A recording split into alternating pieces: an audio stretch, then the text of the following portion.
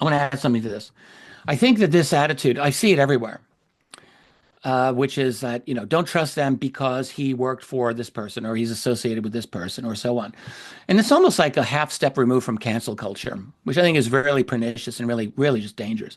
In other words, you're attacking someone based on what you think their bona fides are, or even worse, what you believe they're actually thinking. Several hundred, nearly 700 cases of USOs that I've identified from what I would say are the earliest encounters. But then what would it be like to imagine sitting across one such alien in a room, just you and that person, whether they're nice or not nice? They've got an IQ of 500. They're peering into your naked soul. They know everything you like, seriously. So it would be very intimidating as a proposition, very likely, even if they're nice.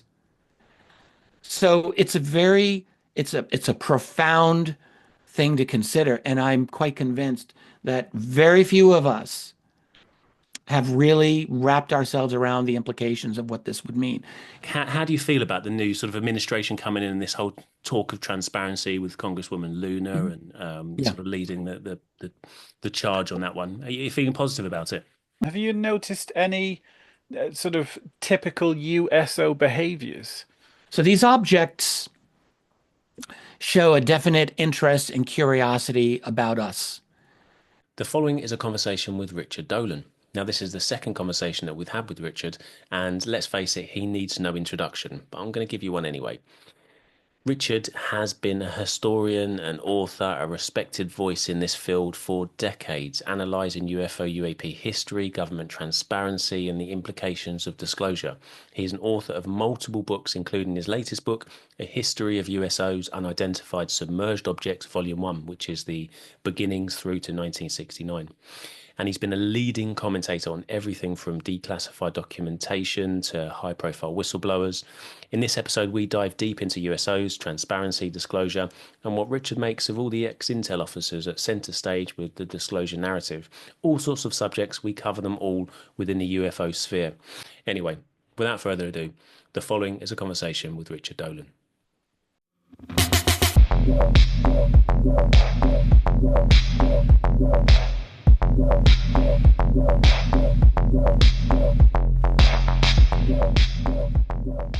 Well, Richard, thank you so much for joining us. We really appreciate it. And I think last time we spoke was January 2024. And I think at that time you were sort of working on or nearing the end of your latest book, the USO book, which hopefully we'll get to talk about today. How's it been? How's your year been?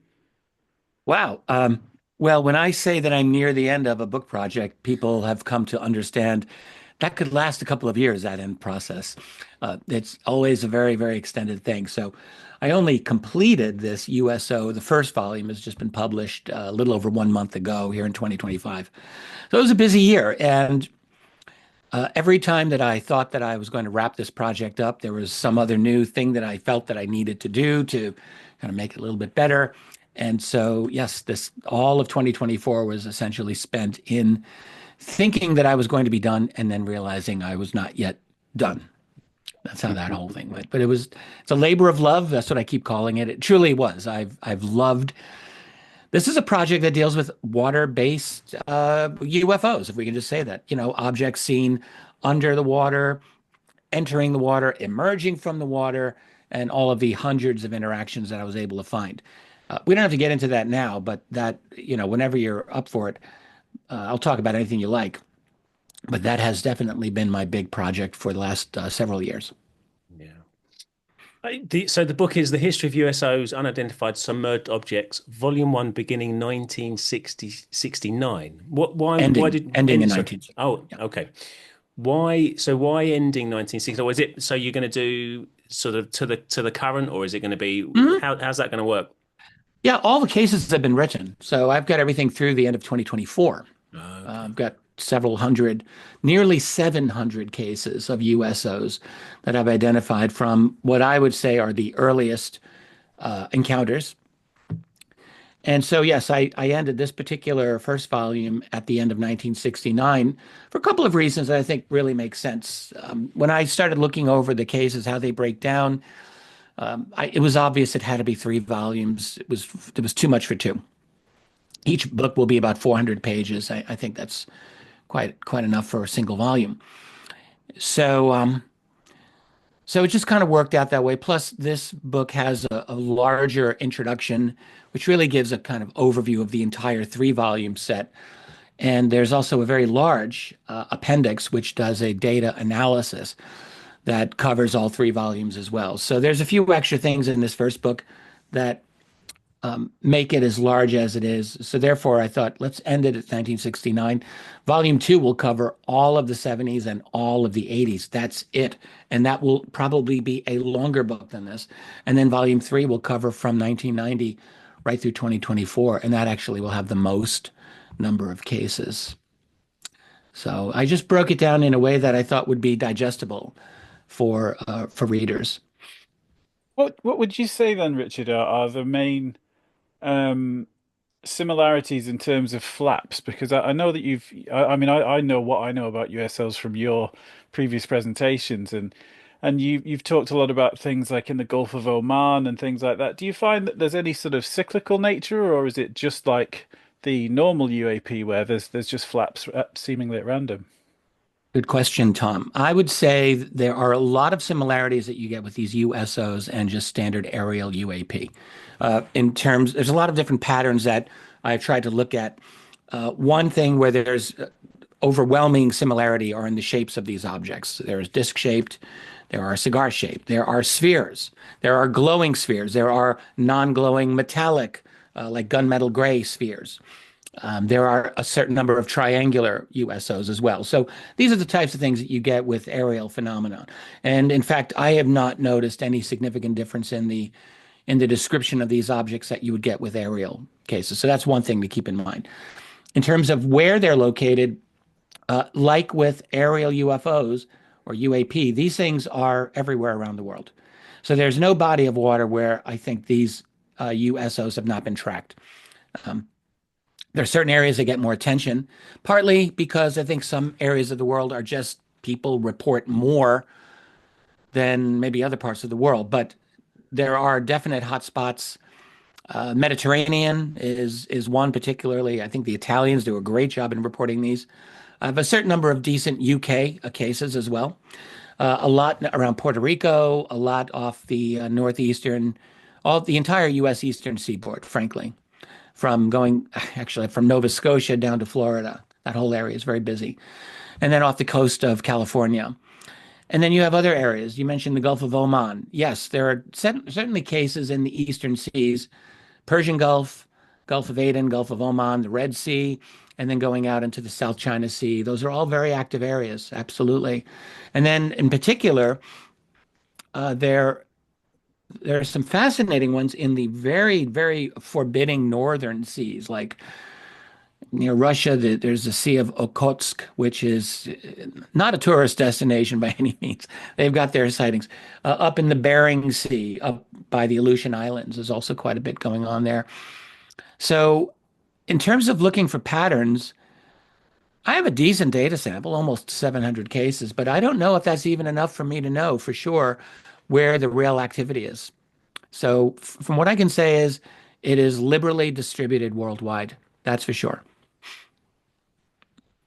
It's fascinating. And have you noticed any sort of typical USO behaviors? Yeah, these are good questions. So these objects show a definite interest and curiosity about us. That includes military technologies. So they will appear, they will emerge out of the water, or they will descend from above and then maybe enter the water later. But they will come in and they will definitely be checking out military vessels. That could be US, that could be Russian, that could be UK, that could be many other nations have had these encounters. So that's one thing. But they are curious about civilians as well. And sometimes it's a little bit more than curious. I have a handful of cases where people have reported missing time in connection with these USOs. I would say that those cases are they're a small minority, but there's enough of them that I think one has to take them seriously. So sometimes there's a very kind of in-your-face interest that they express. However, I would just say overall that this strikes me as it's a very consistent quality that they've showed, whether in the 21st century, 20th, or the 19th century, or even a handful of cases earlier, where it appears that they are interested in what we are doing. I could put it that way. There's one case, I'll just give you an example from 1850. Okay, a long time ago, you had there was the famous lost Franklin expedition of 1845, looking for a Northwest Passage through the northern parts of North America. That expedition ended in a catastrophic failure, and they all died. It was terrible. So 5 years later, there was a kind of a search and rescue or exploration team that went up there. So you're in wooden ships in really demanding, difficult, icy filled areas where you could die, you know. So there were two ships doing this, and we have records from them. And they were actually fairly close. They were at a place called Wellington Channel, very, very remote up in the northern Canadian areas there. And they recorded this white, actually two white objects that were just hovering. They were not described as naturalistic phenomena.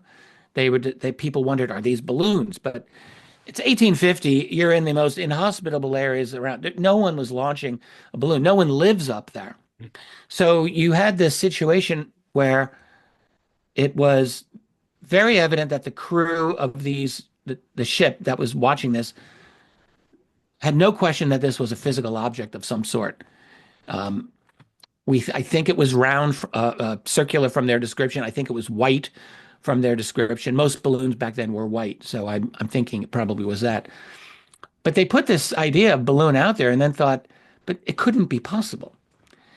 But you get this a lot with these 19th century cases, by the way. Like they don't really know how to describe it, so they're just throwing anything they can out. But my point is, this is interesting because in this case, I don't think this object was seen touching the water, and therefore it's not technically a USO, but I wanted that in there because it's quite remote. It's over a very, very difficult body of water. And it seems to me that they were just interested in this group of humans doing some intrepid exploration for sure. And I suspect that they just thought, let's take a look at this. I mean, with the very primitive technology by our standards, and certainly by their standards, it had to be very like a kind of an interesting thing. So that's what I mean by curiosity. I think there's quite a bit of that, and you get that through the ages, whether pre-flight era or after World War II. Those patterns are very similar, I think. Interesting. Interesting.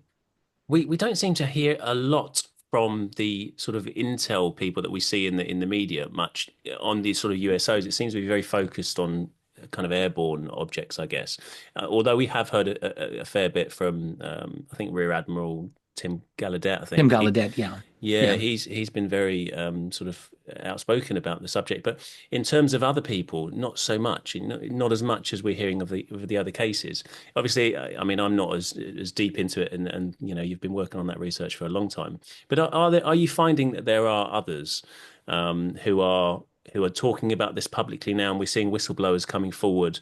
And certain people behind the scenes. But are you aware of other people that are coming forward or have come forward on the USO subject, perhaps have seen or I think overall I think you're right, Jimmy. I think most people are not really covering this. There has been some discussion of it. Admiral Tim Gallaudet, for one, has Dr. Kevin Knuth, who teaches over at the University of Albany. I know Kevin, and he's discussed this, and a few folks have done it. And in fact, we're hearing more and more talk, even from members of U.S. Congress, including about USOs. So it's getting out there. But there's been very little. There's been almost no comprehensive research done on this. There have been a couple of books over the last few decades. Nothing that I think can be considered a comprehensive treatment of it, which is what I'm trying to do here. And what I've discovered is that there's just hundreds of these forgotten cases that are, I mean, they're utterly astonishing, just incredible cases where a witness has this amazing experience. They may write a long handwritten letter to some UFO organization, and then the letter just sits there and is totally forgotten. So, these types of experiences, I thought, these must not be forgotten. They're really quite important, not just for our modern societies. Like, we want to know about these water-based objects, but really kind of in the history of Earth, when you think about it. It's like you've got this advanced human species, we're doing things, but there are these other advanced people now examining us. They're coming out of the water. How is that not something that we want to know and to understand? So I think, that's what I've really tried to do. And I think my timing was good because this is coming out at a time where people are talking about this more. I'll just say one other couple of things here. One of the things that I was not expecting to do when I began this project was to do a kind of statistical analysis. And I have done that.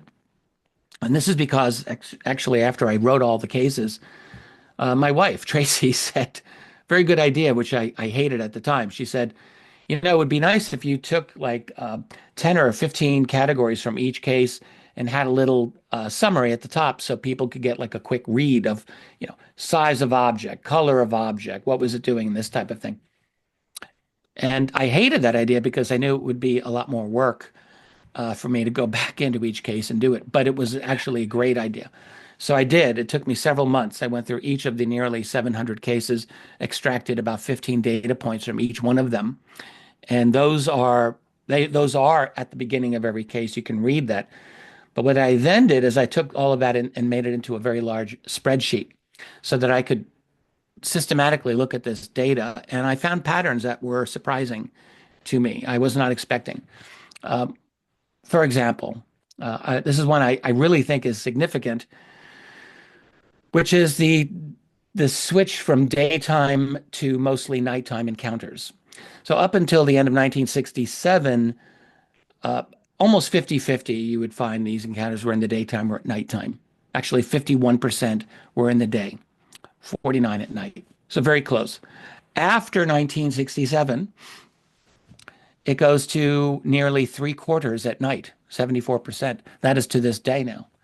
It's very dramatic. It's very consistent.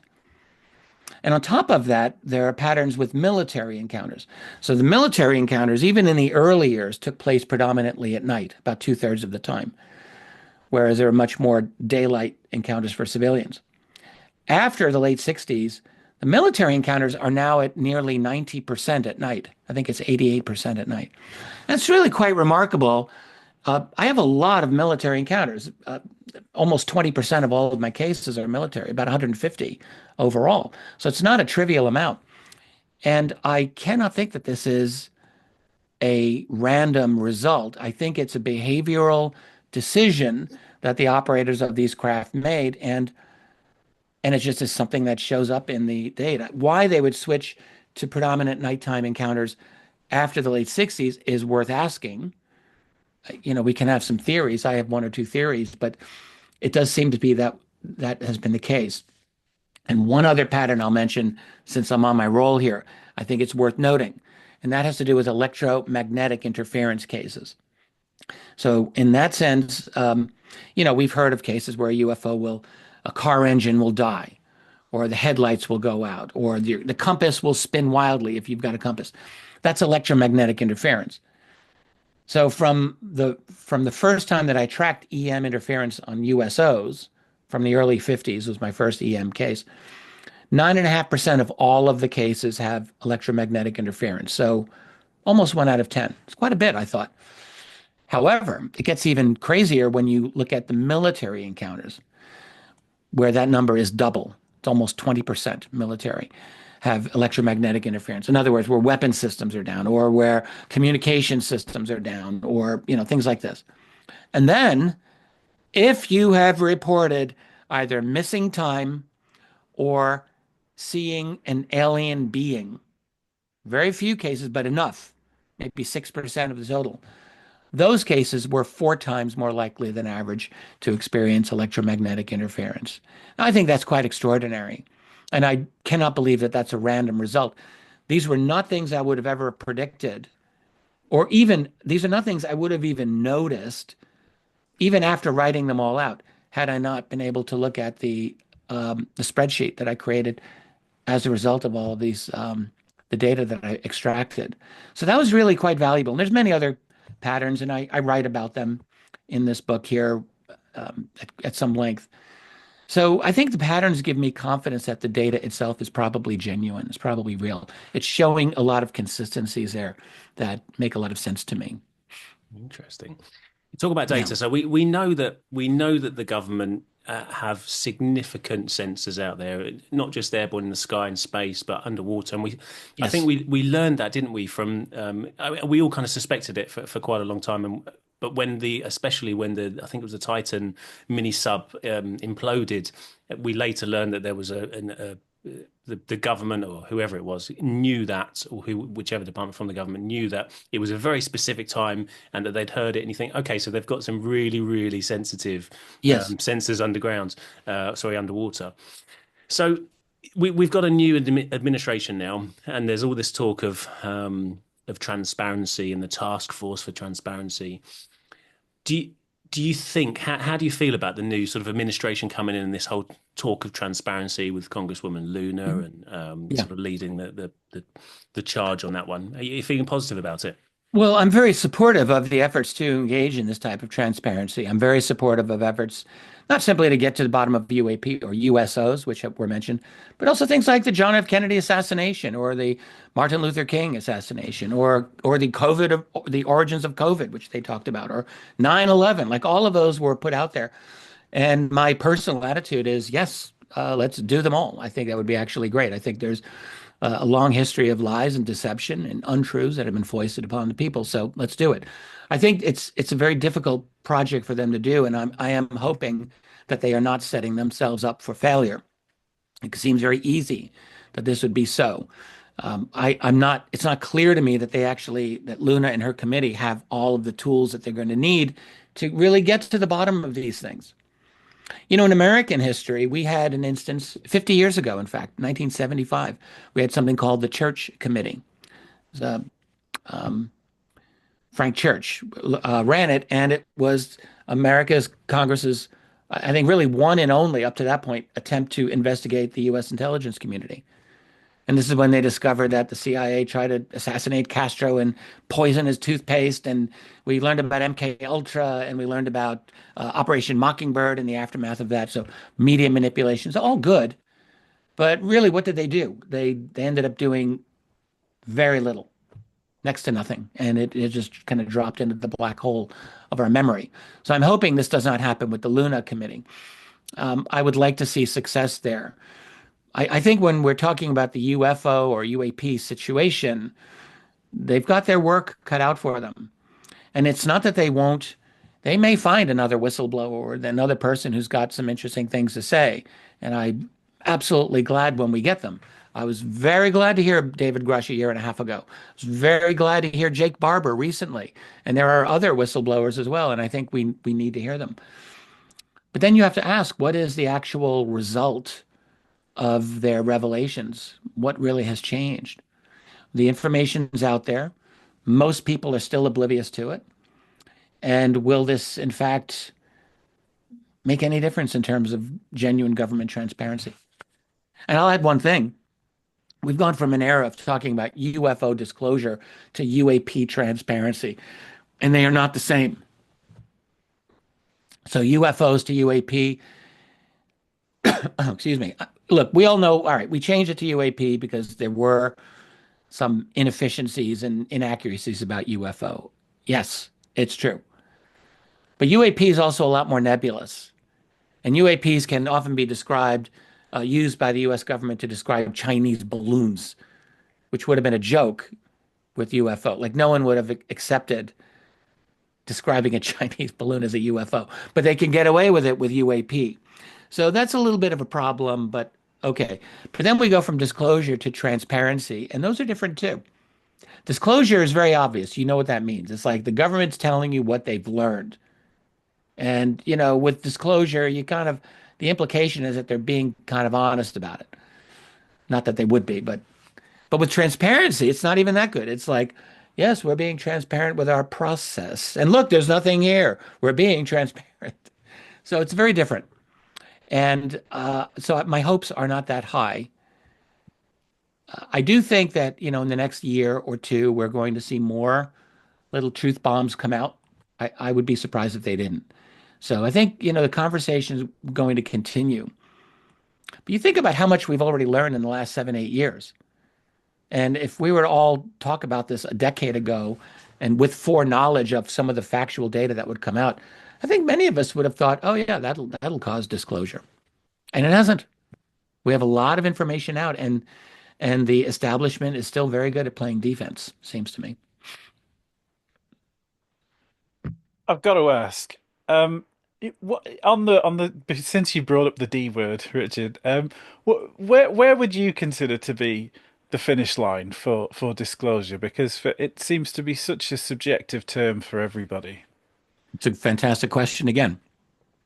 So the bare bones boilerplate definition would be some, acknowledged world official. Like, we used to think the president of the United States. But really, the last couple of presidents we've had, you're going to have 50% of the people, wherever you are, they're going to be like, I don't believe you. But let's just say the president of the United States or some other person with equal or comparable stature comes out and says, basically, it's real, they're here. That would be disclosure. However, that really doesn't help. That's not a helpful definition because we have to ask what is disclosed. How, and the question really relies on what is the actual full extent of the truth. So what is the truth? So I guarantee you that the Pentagon and the US intel community have got several fallback positions on this.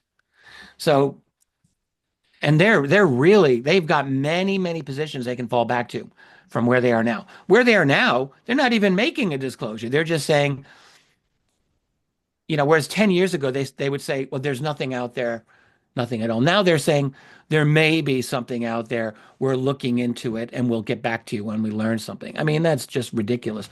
But they're at least making an acknowledgement that there's something potentially that's unexplained. Okay. But from there, they can say, yes, we've determined that some of these are not from this civilization, but maybe they won't acknowledge that they have any actual confirmed technology from them. They may have that position and no bodies. Or they may say, well, we've got some potential technology, but we're not really sure. Like they can slow walk this for the rest of not just my life, but your lives. They could slow walk this for a long time. And which is that's exactly what they are doing. They're doing this slowest of slow walking. So they could say, well, we have some reason to think that maybe people are being abducted, but we're not sure. They can just finesse this all they want for years and decades. They can say, well, yeah, there actually was one instance where something was absolutely confirmed. And we did acquire some technology, but it wasn't enough for us to make sense out of, or they can say somehow it got destroyed, or they could, there's all kinds of potential here to just walk as slowly with this as possible, right down to the possibility. I mean, some have claimed, are they walking among us? Do they look like us, or are they infiltrated? I mean, from where we sit today to something like that position, there's probably 50 intermediary points that they could stop and fight every position until, through exhaustion, they move to the next one. But this could be hundreds of years that they're doing this. Now, I don't know that it will take that long, but I'm just going to say, I don't think it's impossible that it would take longer than the lifetime of anyone living today if they want to slow walk it that much. Because ultimately, look, it's not just the human power structure. It could be these beings. I've come to believe that these beings have no interest in announcing themselves to us. I think that they are very, very, very secretive about what they do, and they do not want to have a public conversation. So I think that's part of the situation as well. And then, the various governments of the world can easily see no upside to disclosing. It's a huge, it throws everything upside down. I mean, in terms of international relations, in terms of domestic politics, in terms of, how do we talk about developing any technology that we may have acquired? What does that actually do to global energy markets? What will that do to the stock market?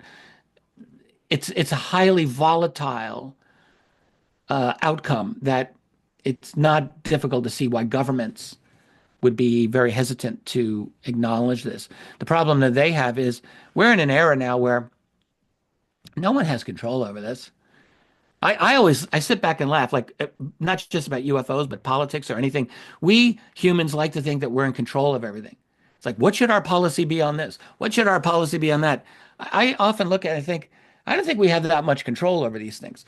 And in terms of something like disclosure, particularly, I'm very doubtful that we're really there. There are some very dedicated people connected to the U.S. Congress who are pushing this, and I am very supportive of that. So I don't want to be misunderstood there. But realistically, this what's really pushing this forward is are the technological developments of our own world. Like we have internet, we have instant communication now, we have a vastly greater ability to share information, and that is what is driving the congressional movements. It's only because there has been this groundswell of several decades of research that has put this information out there. And so there's no way to stop that. This is just going to keep going. It's like we can't help ourselves. So we are going to keep hammering away at this until and unless like it either comes out fully or unless they slam the lid down completely, which that's not impossible either. Yeah. It really feels like it used to be the researchers, and I mean people like yourself, and when we go back to Dr. Greer and Friedman, and the people like yourself who are the OGs of the research world and really digging into this and bringing it to the public arena. It feels as if, and I could be very wrong, and it's somewhat conspiratorial, I guess, but it feels almost as if the intel world is sort of taking over the narrative, and as we're getting closer and closer to what appears to be disclosure or getting close to disclosure, a lot of the big sort of public faces are ex-intel people. And as much as I love that, because we still get these really credible people, and whereas before it was sort of people that wouldn't necessarily have been in a position to know some of this stuff. Now we've got people who were in a position to know some of this stuff as a fact firsthand, coming forward and sort of joining us and being on our side. But it does almost feel as if they're taking the narrative. Does that make sense? Yeah, I hear what you're saying, and I'm not going to even completely dispute it, but I will I'm going to return to that in just a moment. But the first thing that I would like to add is that there has always been within the United States system, particular within the military, going back to the 40s and 50s, 1950s, there were always cliques within the U.S. military establishment that believed in some form of disclosure. They've always been there. They've never gone away. And I think it's fair to look at the current group, people like Carl Nell or Tim Gallaudet or Christopher Mellon, Luis Elizondo. I think they are precisely in that same tradition. So I know them all. I do not see devious ulterior motives from them. That is my opinion. When Lou Elizondo talks about a potential threat of these things, first of all, that's a legitimate thing to say. I've tracked the many, many military encounters that have happened where these things invade sensitive airspace of all types. And you could say, well, the U.S. military are the bad guys, the aliens are the good guys. Stephen Greer might say that. But it doesn't change the fact that from the military point of view, there is confrontation here. And to expect someone like Lou Elizondo, who is a trained soldier, this is what we pay them for. We pay these guys to defend the national security. It's like expecting a hammer to see something and not see it's a nail. Every hammer is going to see a problem as a nail. Every military guy is going to see a problem as a potential threat. And to expect otherwise, I just think is naive. Having said all of that, the most important thing, whether you have an intel background or you're just a civilian researcher like myself, the number one thing always that we have to do is ask ourselves, what is this person actually telling us? What is the information that they are giving us? Are we getting new and valuable information from them that doesn't come from anywhere else? And if that's the case, then my attitude is, let's accept the information. We need to check the information, of course, but if it's genuine, and it has been, I think, then I feel we should support this. I think, sometimes the only way that we're going to get some of these bits of data are from that community. They have access to it. So now, is this part of a broader attempt by the intelligence community to manage the UFO narrative? One thing that we have to acknowledge is, look, the intelligence community has always been interested in doing this. There's a long history of infiltration of UFO organizations by US intel. And I have no doubt by British intel as well. But certainly US intel, we know. So the motivation's there, and it's not hard to see the motivation. This is an explosive subject. They absolutely want to get on top of it for narrative control of their own purposes. So are they doing it now? I would not be surprised at all. Are Lou Elizondo and Chris Mellon and, who else? Hal Puthoff or, any of the other people, are they actively working to change the narrative in favor of a government or establishment position? That I don't see that. I don't see that. I do see people who are, they're establishment. They are establishment types, much more than I am. They are, Carl Nell is a U.S. Army colonel. He's one of these people, and I know Carl, and I have absolute respect for him. Hell, he endorsed my newest book. He put a nice blurb in for it, and we've talked about that things like this. But he's going to have a perspective that will be probably more in line with established U.S. policy than maybe many civilians would. Yeah. How do we not expect that? And how do we not respect that, by the way? Like, you would expect something like that from a brilliant, high-level officer like he is. So I don't have a problem when I run into people who look at this differently than I do. My only concern is that they have good faith, that they're that they're doing this honestly. They believe what they do honestly.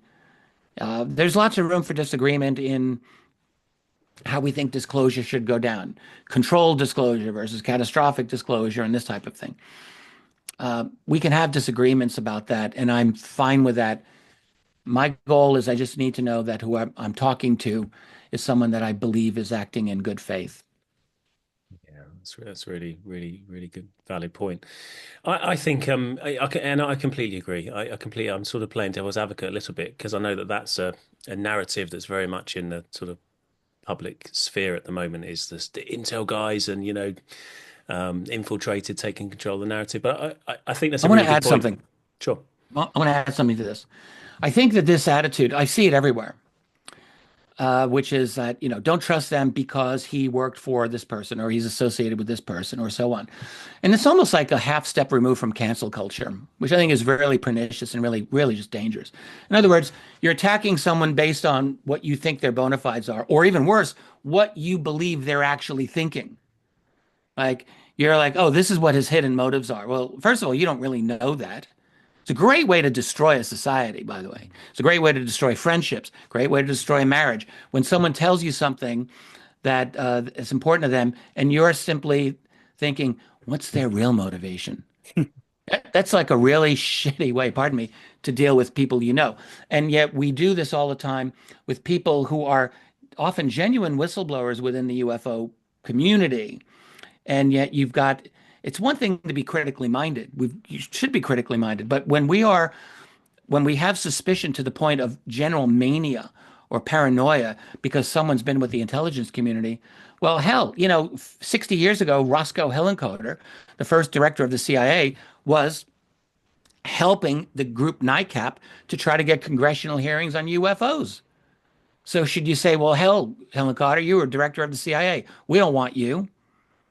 I mean, that's essentially cancel culture, Yeah. just, in the conspiracy crowd.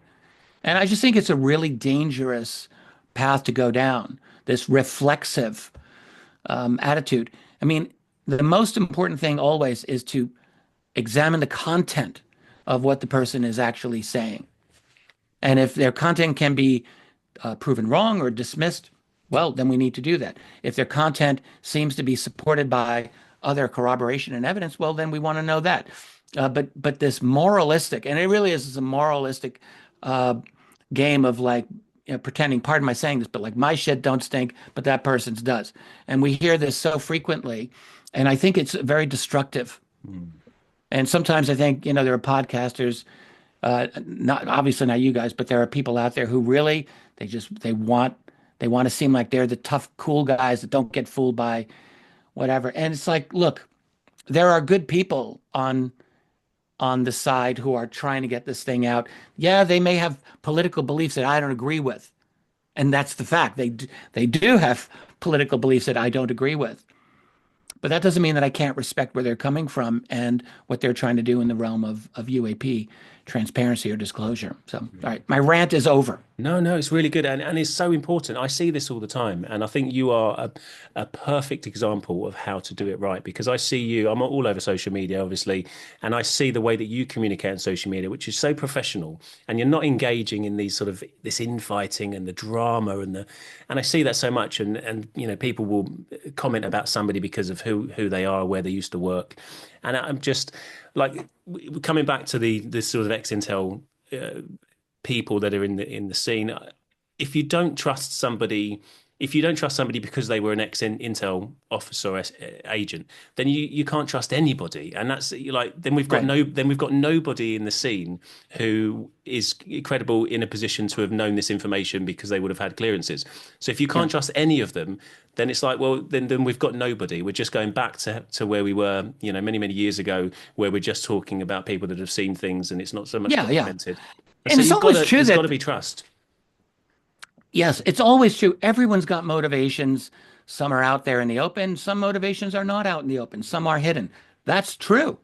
Like and the people who are promoting various aspects of disclosure, I'm not saying that I know this, but it would not shock me if I were to learn that there were financial incentives for this. I mean, look, there's tremendous amount of potential money in UFO tech. We can all see that, and it's very easy to see that there would be some high roller defense contractor types or people with great science backgrounds who know full well that there is acquired technology, and they're not in on it, and they're losing out. Like, how difficult is that for us to understand? And so, how difficult is to recognize that they might think, well, how do I play this? Well, we need to get this out in the open. We need to push for disclosure.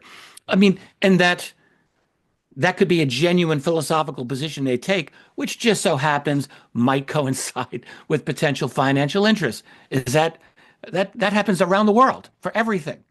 So we're gonna like sue them and like, oh, your motives aren't as pure as the driven snow. Human beings are human beings, and it's foolish to expect that no one's got a hidden motivation somewhere. But that's irrelevant. The point always, in my view, is: are they bringing genuine truth out? Are they moving this forward? And can we use this information for to get more truth out? Boy, that opened up a whole can of worms. Can I submerge us back into the world of USOs just for a minute? I've got a question I really wanted to ask Richard. So Richard, a wobbly tooth in the unified smile of the intelligence agency seems to be this Operation Interloper that we've heard Lou Elizondo talk about, where they were going to tempt out UAP or USOs using a mobilized nuclear fleet, which isn't something you can just say, "Oh, I've got a little idea, let's try this." So the immense difference between that and we know that Admiral Gallaudet's emails were deleted after the go fast was sort of circulated around the Yes. nuclear fleet. Do you think there's much to unpack there? Because we've got a lot of people that you would imagine would probably know a lot who don't, and then Lou Elizondo obviously having enough supporting evidence to suggest a hyper-specific nuclear fleet in order to anticipate some form of reaction. So, what have you found that may have led to that, or that may have actually continued when he was told, "Oh no, you don't want to do that"? Well, okay. So first of all, that was one of the most shocking revelations in his book. That whole plan to that was out in the Atlantic Ocean. Have he said, they're drawn by water and they're drawn by nuclear technology, nuclear weapons, and this idea to essentially draw them in, kind of like a tech version of CE5, like you're putting your things out there that they're going to want to bring them in, and he stated as he wrote in there that that's how they got was it the Go Fast one? I think that's how they got that one. That was utterly shocking. So there's a lot of implications here. First of all, it's a very bizarre strategy. It seems to me that you're going to do this, and potentially very questionable strategy. And I don't know, has anyone even followed up and grilled Lou Elizondo about that? I think that's worthy of some follow up. Because now we're hearing, the same thing with the psionics people, Jake Barber, and admittedly, I don't have every bit of data here, but it seems to me that what they are also trying to do is do some kind of CE5 protocol, vector in the UFOs, and then capture them. That's what it sounds like.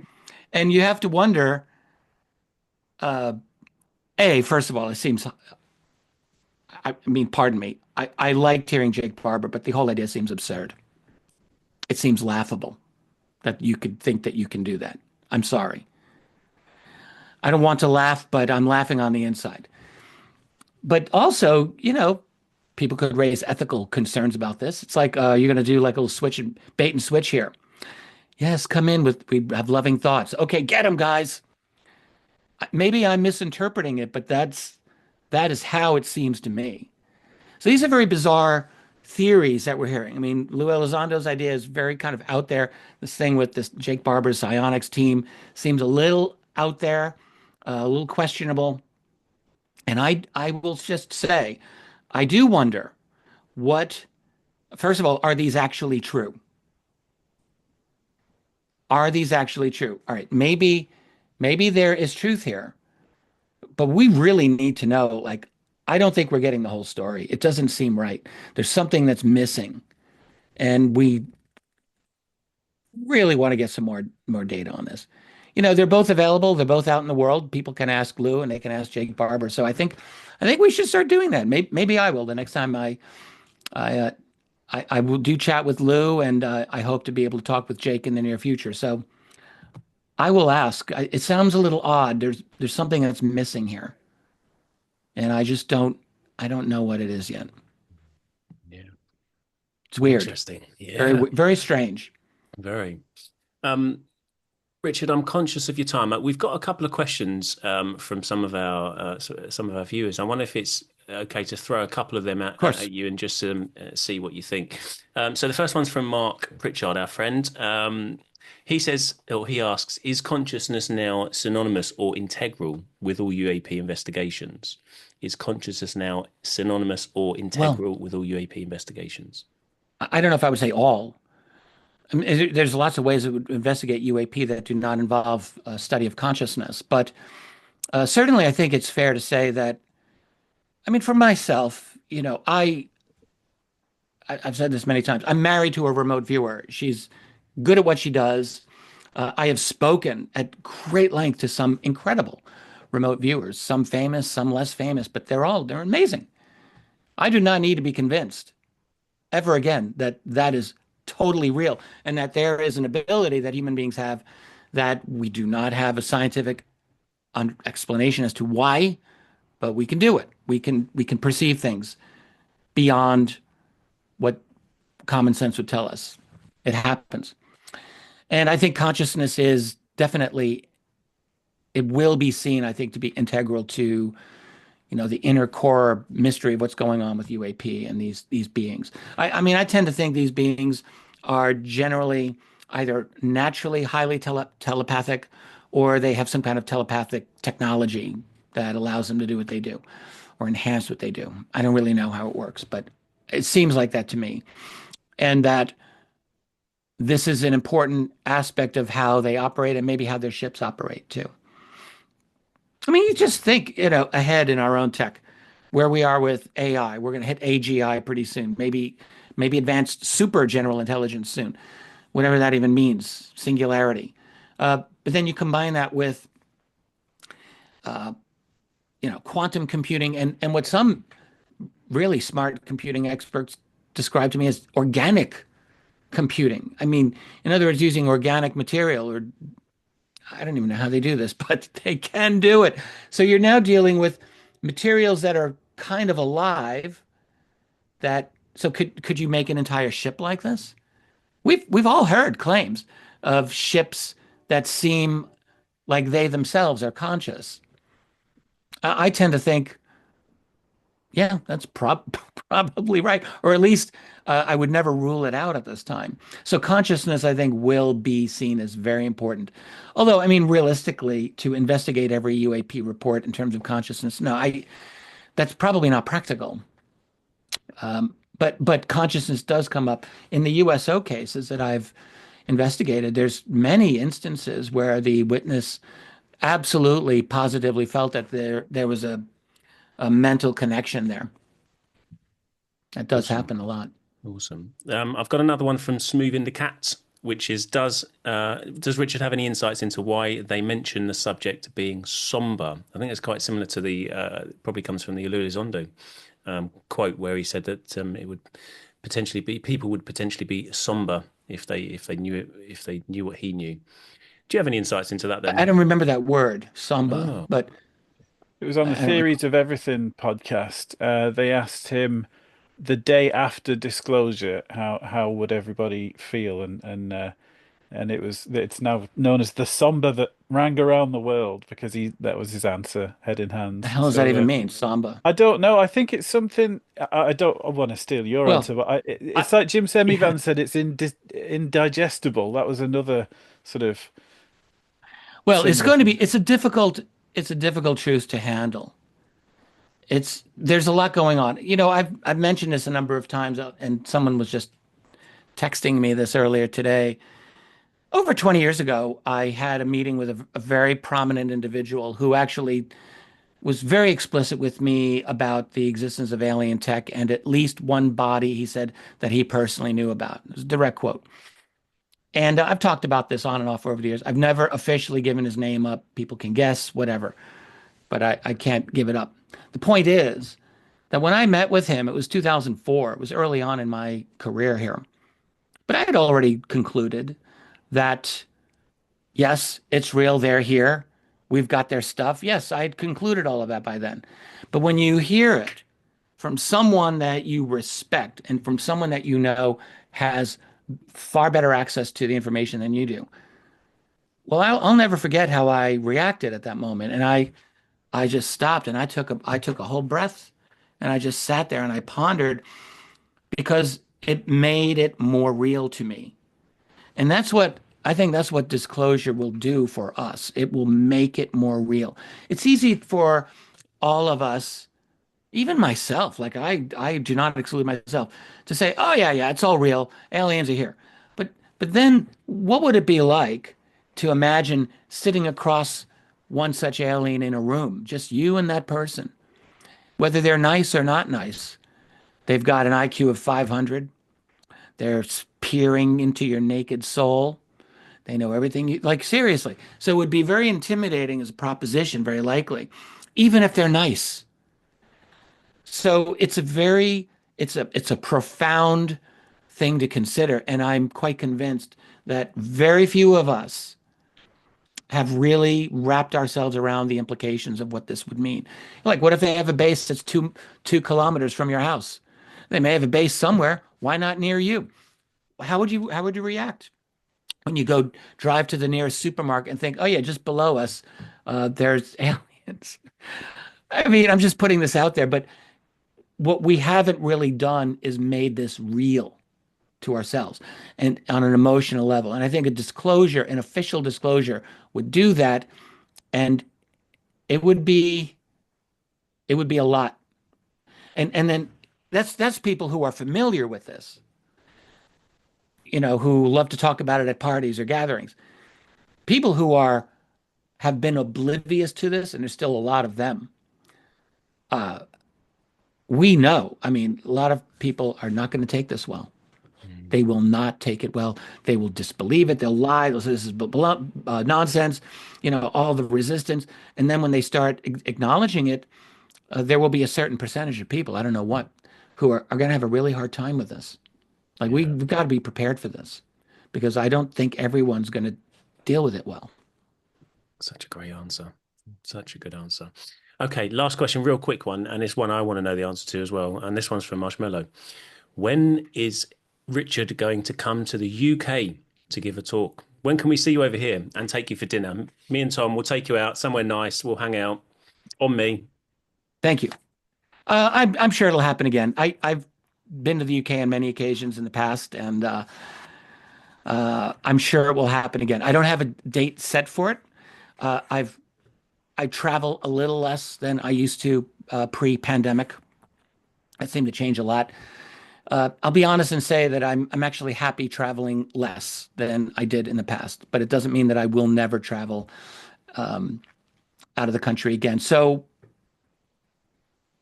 within a couple of years, I think it's entirely possible that we can set something up. I don't want to make a promise, but I'm very happy to go back out there. I enjoyed. Last time I was in the UK, it's been about 5 years. It's been a little while. Awesome. So thank you Fantastic. for the question and offer.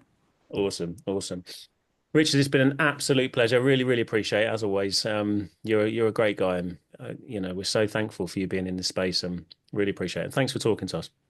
Thank you. Look, I feel like the luckiest guy around. I get to write books about something that I'm fascinated by, and get to have great conversations like this, and it beats many, many alternatives that I could think about. So I love exploring this fascinating subject. So thank you, honestly, for having me as your guest.